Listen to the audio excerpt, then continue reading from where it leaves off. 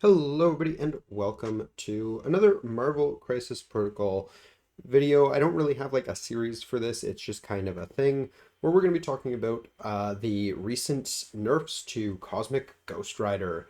And yeah, obviously, this is something that a lot of the community has been wanting for a long time. Cosmic Ghost Rider has been a bit of a problematic model for a while now, so it's really nice to see that AMG's finally turned around and said, okay, we hear you. Here's some nerfs, and I think they did pretty well with this. We're gonna have to see how things play out over time, but I think this brings him down to a point where he's a lot more reasonable, and I don't think we're gonna see him completely vanish. I think in places like Guardians, he'll still be a very viable model. But we'll see. We're gonna see how that plays out. Personally, though, I think they got it right this time. I think they did a pretty good job with this round of nerfs here. So first things first.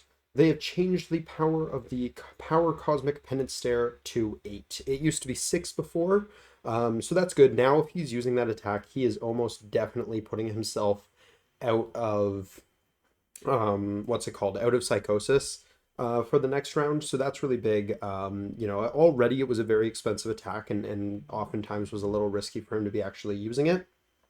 So it going up to 8, I think, means it's going to be used a lot more sparingly, and it is a very powerful attack. So I think that's totally reasonable for it to be there.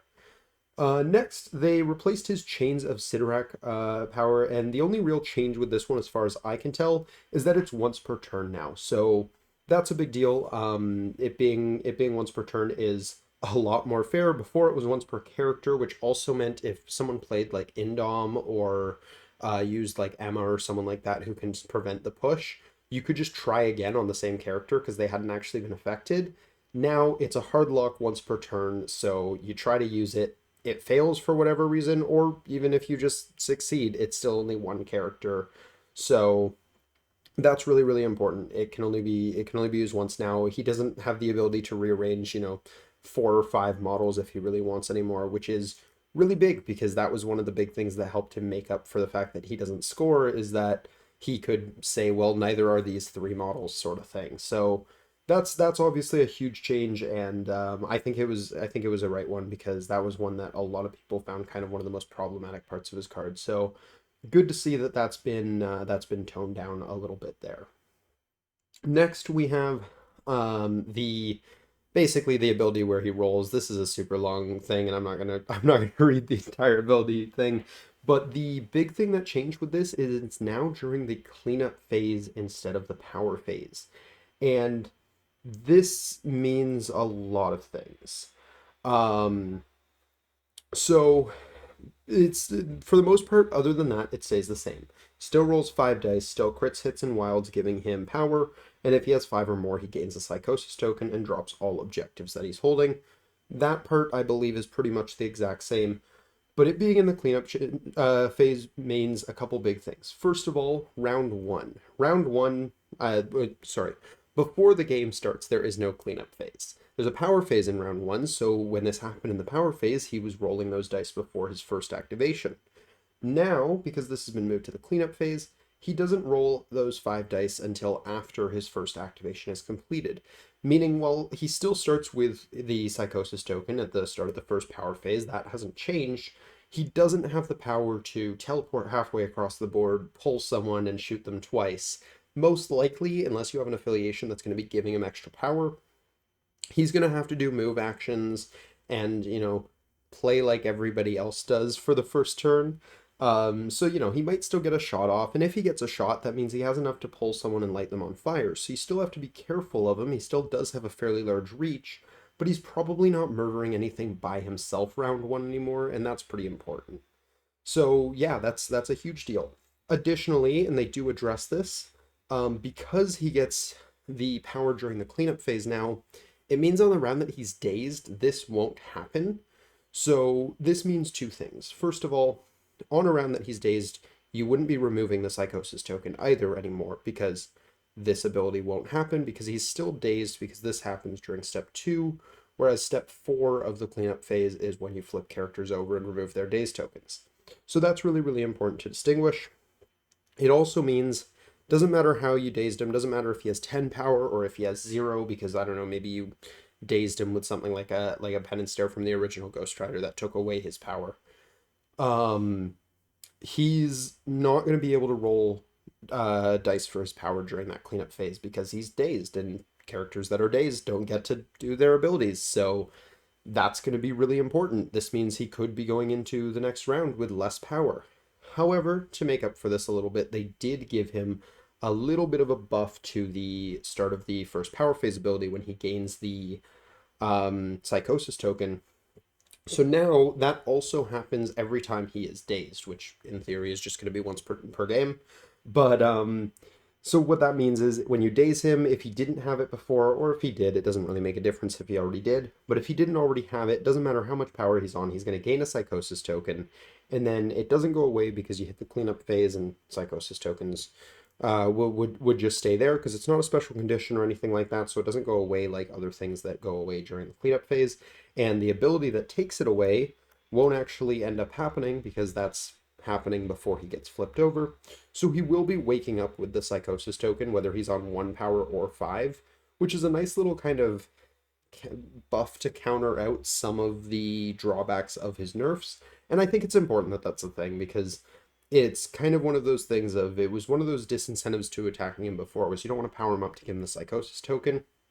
And if they didn't have this in there, you could really, really punish him on a turn that he doesn't have it. So I think it's important that he still has access to that and being able to gain it back like that. So overall, I think that's a pretty good, pretty well designed change. The way they handled it, I think, was good. They didn't want to nerf him into the ground, and I think that kind of helps with that.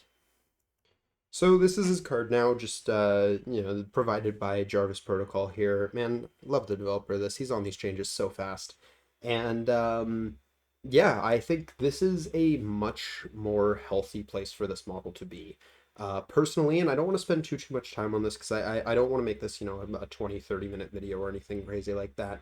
But personally, I think they got it right here. I think they've definitely nerfed him. He's definitely weaker than he was before, making him unable to do some of the stupid things he was able to do turn one, or at least unable to do them without a lot of support. And at that point, you've kind of earned it. Like, I could see maybe in like Inhumans or something, you can kind of get him going, and that could be kind of ridiculous, but you're putting a lot of stuff into that to make that happen.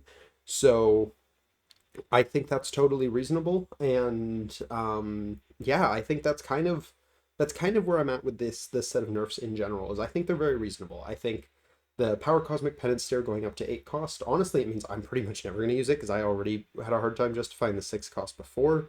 But it's very understandable because it's a super powerful attack when it does go off, especially when you're in psychosis mode and you get to count skulls on that. A 12 dice attack counting skulls with a trigger to turn all of their shields into skulls is just crazy good.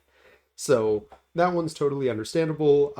Making the pull and incinerate once per turn, it was a very necessary change. That was something that was kind of ridiculous that, even on a turn where his dice are kind of meh, he can turn around and light half your team on fire and pull them all off of objectives.